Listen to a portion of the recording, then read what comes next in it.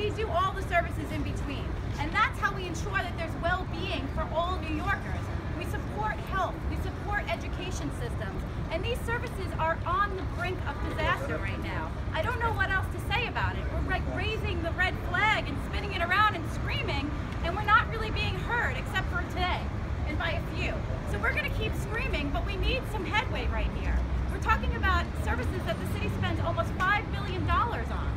We're talking about almost 4,000 contracts that the city is contracted out to all of you to provide these services, and we're not able to do that in a useful way if we're on the brink ourselves. We as organizations are living payroll to payroll, just like the clients that we're serving are living paycheck to paycheck, and we've got to stop that.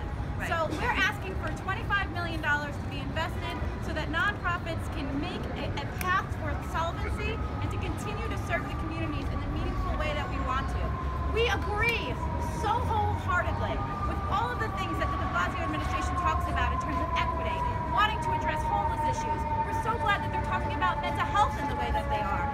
We love that they talk about seniors and the important care there, about child care services. But we're not going to be successful on those fronts if the organizations that we rely on to do these services are themselves faltering. So we need to address that underlying systemic issue, and we need to start today. And that's why we're here all gathered to make this investment. So I thank you all for being here. I call on the city to make this investment today. We cannot wait any longer. We can't afford it as a city. Thank you, Allison.